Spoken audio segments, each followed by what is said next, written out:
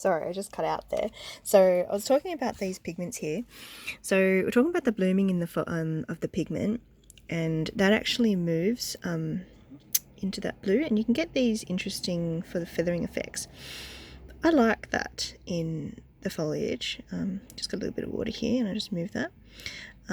Sometimes when you want a very smooth sort of look, you might want to choose a different paint to work with.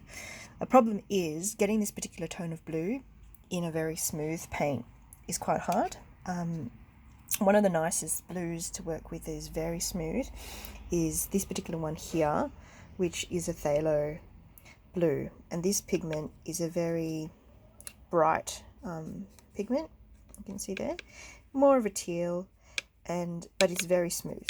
So I don't have a scrap bit of paper here to test it on, but I'll just do it on the edge of this, on the tape here. It's a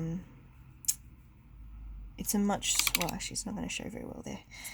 It's a much smoother blue, and it won't give those sorts of feathering that you get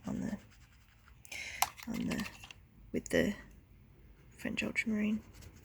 I'm not sure if your paints will do that, but that's just one of the things I've observed. Now, this particular image, there's a rock up here, and in the picture, the foliage actually extends all the way up here. So what I'm going to do is I'm just going to take some of that paint and see how it's the same paint, but a little bit more blue to it, gives it a much darker colour, and I'm just going to paint that up into that section there.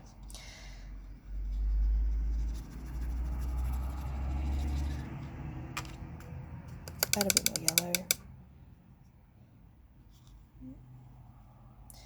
Now that's a lot of yellow for that section, so I'm going to move it out and spread it out a bit.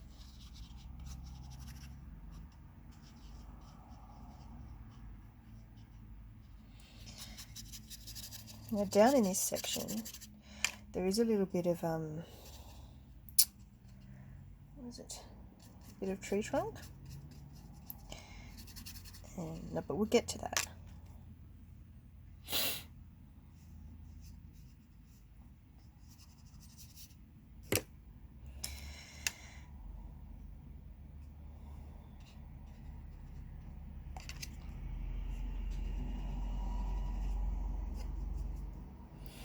Now you can work foliage a lot,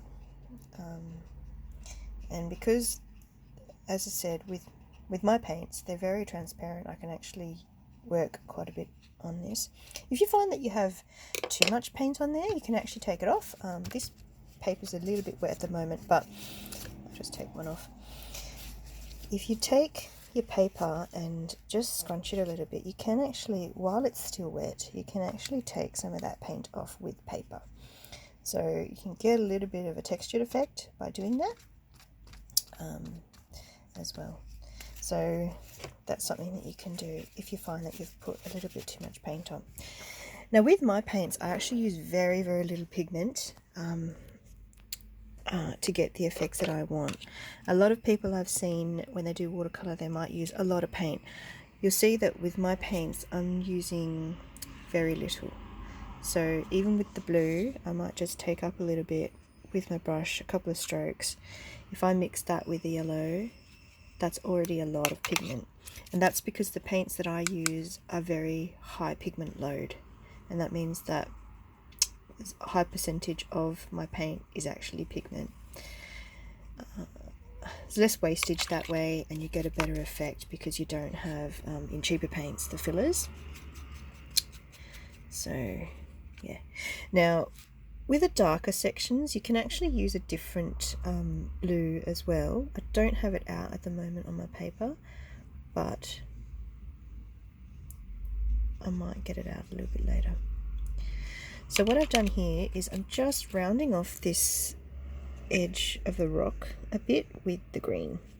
Now this is the reason why I actually wanted to paint these rocks before I did the foliage, because you can actually just reshape those rocks by putting in the green behind, and you see it's got a nice edge on the rock, and you just move that to make the green behind it blend in with the rest of your painting.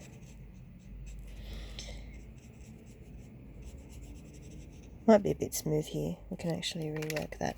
The other thing is too, after you've done all this, you can actually add much darker colour. Now how you actually get darker colour with the paints you've already got is to use a lot more paint and less water.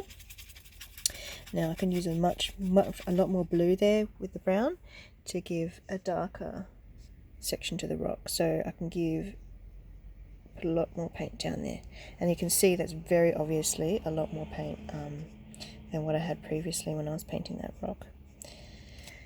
That's actually maybe possibly too much, but what it does is that you can actually blend that in with your rock to make it cohesive, so it looks like it's actually part of the rock.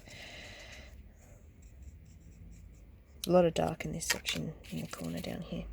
I might just, the other thing I do too is that if it's not working out the direction that you're doing, because the paper's on a board, I actually turn it so that it follows the curve of my hand better. So here I'm just working on the inside of this brush, of this rock. I don't want to work on the other side because it will be the wrong side for the edge of the brush to sit on. So because if you were working from this side, you might just get a funny edge on the end. So if I work on this side, it works within the rock and it doesn't give like rough edges to your work. And this is something you can do particularly on curves. It's always better to actually paint on the inside of the curve, because if you go on the outside of the curve, it's hard for your hands to follow, because it's easier for you to make that movement with your wrist when you paint a particular shape. So now that this side is dry, so this is why watercolor painting, you need to work in stages.